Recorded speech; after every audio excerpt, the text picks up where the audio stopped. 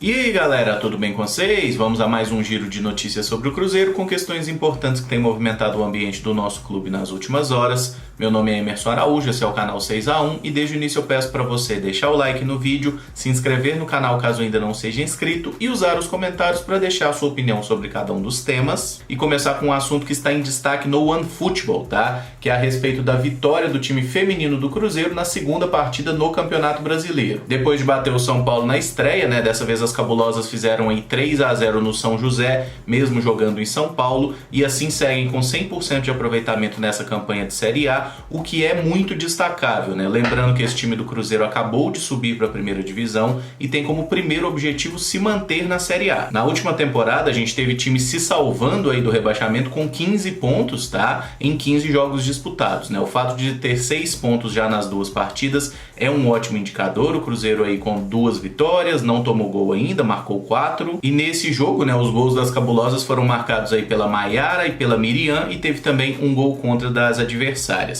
O próximo jogo é na segunda-feira contra o Santos, né, que atualmente é o líder do campeonato, um dos grandes favoritos ao título e que tem aí como uma das suas principais jogadoras a Cristiane, né, centroavante da seleção brasileira, artilheira histórica aí de várias Olimpíadas e campeonatos mundiais. Essa e outras notícias você encontra no OneFootball, que é o maior aplicativo sobre futebol do planeta. É totalmente gratuito, está disponível tanto para Android quanto para iOS e o link para você baixá-lo está aqui na descrição desse vídeo. Partindo agora para o futebol masculino, o Cruzeiro oficializou nesse sábado a compra de 70% dos direitos econômicos do atacante Thiago, o jogador que marcou o nosso primeiro gol na temporada, está atualmente se recuperando de lesão. Foi adquirido aí por um valor de R$600 mil e assinou o contrato até dezembro de 2023. Acho que foi um acerto. O Thiago é um jogador muito novo, 18 anos ainda, tem um futuro imenso. Conseguiu até surpreender naquele jogo, né? O Adilson botou ele como titular quando todo mundo esperava que fosse o Vinícius Popó. Ele entrou, meteu um gol de cabeça. Infelizmente teve a lesão, mas daqui a pouco já está disponível. E acho que foi um investimento certeiro porque é um cara que tem grande perspectiva de futuro.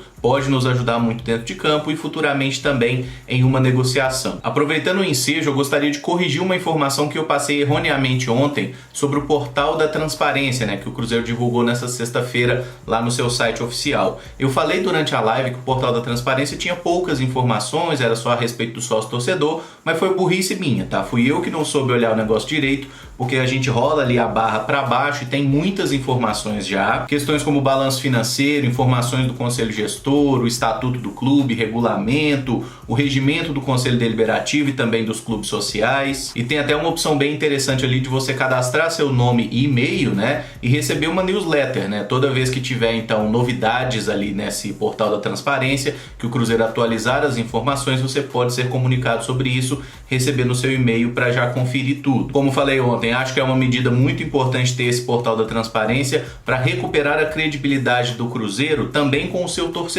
O Cruzeiro não precisa se recuperar apenas no mercado, com outros clubes, ele precisa recuperar essa confiança do torcedor para que a gente também se sinta minimamente seguro, né, de que se a gente puder ali ajudar, investir os nossos R$12, quem pode também botar um pouco mais de grana, esse dinheiro não vai para o bolso de ninguém, esse dinheiro vai para ajudar o Cruzeiro. E isso é muito importante que tenha essa clareza, essa transparência, né, que é o nome que todo mundo fala muito, que todo mundo cansou de pedir no Cruzeiro e parece que os dias de Coreia do Norte estão chegando ao fim. Só fazer um breve apanhado sobre os jogadores que já têm a sua situação resolvida ou não, se vão permanecer ou não no Cruzeiro. A gente sabe que aí mais de 90% do elenco já está fechado, né? Mas tem ainda alguns casos que não foram resolvidos. Um deles é a respeito do atacante Fred, entrou na justiça contra o Cruzeiro, certamente vai ser liberado na justiça. O problema é acertar a questão dos atrasados, que o Cruzeiro deve muito dinheiro para ele, ainda não houve um acerto com relação a valores, com relação à forma de pagamento e tem aí uma ação judicial que o Cruzeiro vai ter que se virar e vai ter que fazer outro acordo. Com relação ao Dedé, recebeu aí mais 30 dias, né, para resolver a vida dele, ver se consegue achar algum clube.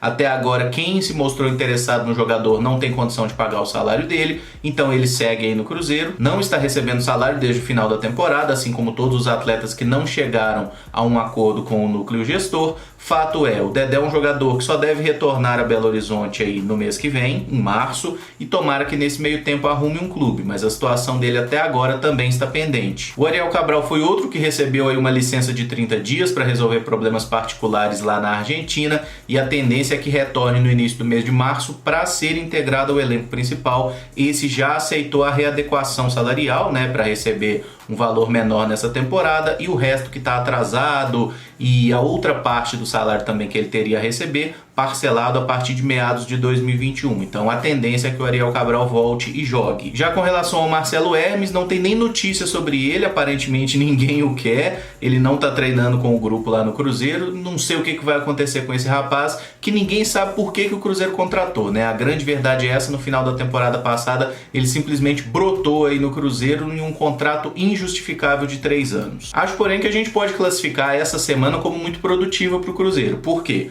A gente conseguiu resolver pelo menos 4 potenciais dores de cabeça muito grandes, né, de ações na justiça. Com relação a David e Ederson, foi feito aquele acordo com o André Cury, perdoou alguma coisa que o Cruzeiro estava devendo aos atletas, o Cruzeiro também recebeu um certo dinheiro nessa história, os jogadores rescindiram, o Ederson parece que vai pro Corinthians, né, o David já tá jogando lá no Fortaleza, o Rodriguinho foi outro que acertou a rescisão contratual com o Cruzeiro, parece que já tá tudo certo, vai jogar no Bahia nessa temporada, e o Cruzeiro mantém 20% dos direitos econômicos dele. Acho que isso não vai adiantar nada, porque eu não imagino que nenhum clube venha e faça uma grande compra do Rodriguinho, que é um atleta que já tá no estágio final de carreira. E ontem a gente teve a confirmação da rescisão contratual do goleiro Rafael. Pode se transferir para onde quiser, não tem mais vínculo com o Cruzeiro. E para quem pergunta daquela questão de multa, né, que foi até especulado que o Cruzeiro tentaria colocar uma multa com o Rafael para ele não ir pro Atlético, não tem multa nenhuma. Se ele quiser ir pro rival, ele vai para lá ou pro meio do inferno. O Cruzeiro não tem mais conta nenhuma com esse jogador. Sobre o Marcelo Moreno, que é assunto obrigatório,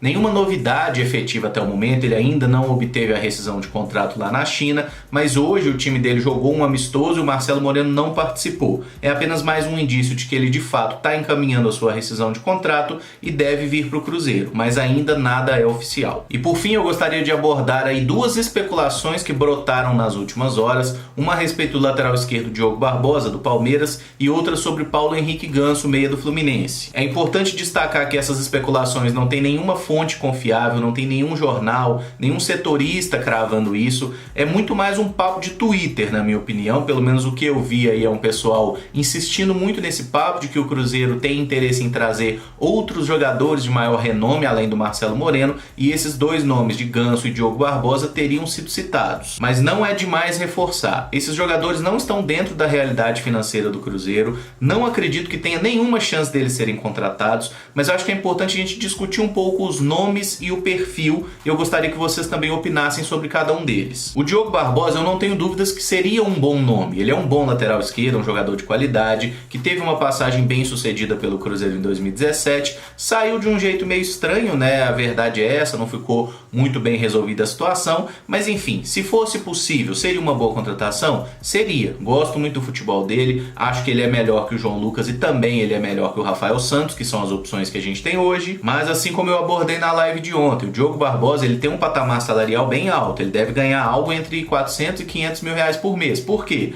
Porque o Palmeiras negocia sim. Vocês lembram quem era o diretor do Palmeiras? Alexandre Matos. E como é que ele nunca perde uma concorrência? Porque ele paga salários acima do valor de mercado para os jogadores. É por isso que ele não perde uma dividida com outro rival. Então qual seria a única hipótese do Cruzeiro trazer o Diogo Barbosa? Ele ser emprestado ao Cruzeiro, porque o Cruzeiro não tem dinheiro para comprá-lo, né? E o Palmeiras, que é dono do jogador, pagar grande parte do salário dele, tipo 50%, às vezes até mais. Isso seria possível? Não. Times da Série A como Internacional e Vasco já mostraram interesse no jogador. Ele hoje é a terceira opção para a lateral esquerda do Palmeiras, né, que contratou o Vinha, um jogador acho que uruguaio, e tem também o Vitor Luiz. Então o Diogo Barbosa é um cara que certamente vai sair do Palmeiras, mas tem muitos clubes de Série A que têm interesse nele e que podem pagar o salário dele integral. O Cruzeiro não pode. E sobre Paulo Henrique Ganso, esse é um jogador que eu acho que necessita ainda mais discussão, porque a gente já cansou de dar segundas chances para o Ganso, né? Quantas vezes já acreditaram no potencial, naquela qualidade técnica que ele mostrava 10 anos atrás. É um jogador que está com 30 anos, na última temporada jogou 50 vezes pelo Fluminense, fez 5 gols e deu 2 assistências.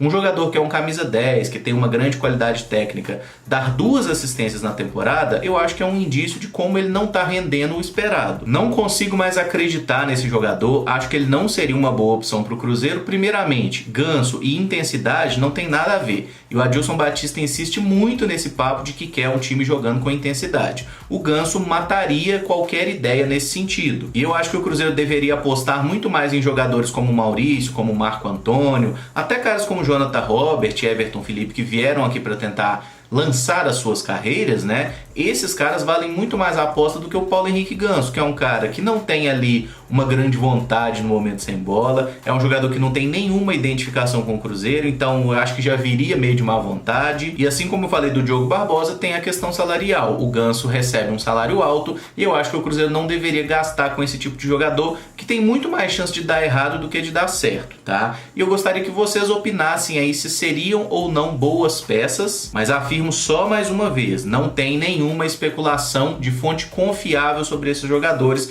é muito mais papo de torcedor mesmo que brotou nas últimas horas. E só uma última questão que eu gostaria de pontuar com vocês é a respeito dessa juventude do elenco do Cruzeiro. Muita gente fala que o Cruzeiro tem um time muito novo e precisa de jogadores experientes, né, para dar uma balanceada no elenco. Beleza, mas vamos parar aqui para analisar os nomes. Hoje o Cruzeiro tem o Fábio, tem o Léo, tem Edilson, tem João Lucas, Ariel Cabral, tem Robinho e provavelmente terá Marcelo Moreno. Vocês não acham que tá bom de jogador experiente? E eu esqueci do Robertson, né? Tem o Robertson Lewandowski também. Vocês não acham que já tá beleza esse número de jogadores experientes? Até porque tem alguns caras aí, por exemplo, o Kaká, que é muito novo, mas já tem uma vivência legal de futebol profissional. A gente tem o Felipe Machado, o Everton Felipe, o Judivan, que são jogadores que já estão aí nessa faixa de 23, 24 anos, ou seja, não são tão meninos assim também. Então é mais uma pauta que eu proponho a vocês discutir se realmente o Cruzeiro precisa buscar mais jogadores experientes ou se a gente já consegue se virar, né, e dar espaço para esses jovens aí para completar esse time. Porque para quem falava que o Cruzeiro só tinha menino, a gente já tem uma espinha dorsal mais ou menos formada de jogadores mais experientes. Mas enfim, comenta aí, vamos trocar uma ideia. Amanhã o Cruzeiro enfrenta o Patrocinense, né, o jogo é 7 horas da noite. Vou fazer o vídeo de pré-jogo, amanhã domingo de manhã tá no ar com as prováveis escalações e tudo mais, mas já adianto que pelo menos o Vinícius Popó está relacionado para esse jogo. Pode ser que a gente tenha a oportunidade de vê-lo fazer alguns minutos em campo. Mas esse vídeo fica por aqui. Se gostou, deixa o like, se inscreve no canal caso ainda não seja inscrito e usa os comentários para deixar a sua opinião sobre cada um dos assuntos. Muito obrigado por acompanhar, um abraço e até o próximo vídeo. Valeu!